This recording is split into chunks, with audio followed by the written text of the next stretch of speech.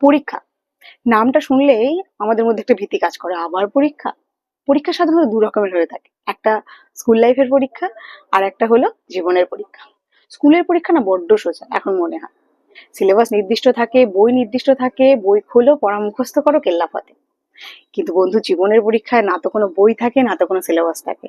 হঠাৎ করেই পরীক্ষা এসে আবির্ভাব হয় এবং সমস্ত প্রশ্নের উত্তর কিন্তু তোমাকে অ্যাটেন্ড করতেই হবে।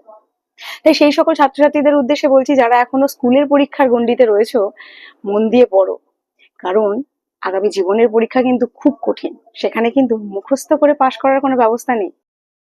আর সেই সমস্ত বন্ধুরা যারা আমার মতো জীবনের পরীক্ষায় পা দিয়েছেন, তাদের উদ্দেশ্যে বলি, জীবন কিন্তু প্রত্যেক দিন প্রত্যেক মুহূর্তে কঠিন কঠিন পরীক্ষা নিয়ে আসবে আমাদের সামনে, এবং সব প্রশ্নের উত্তর যে আমরা জানবো তাও না।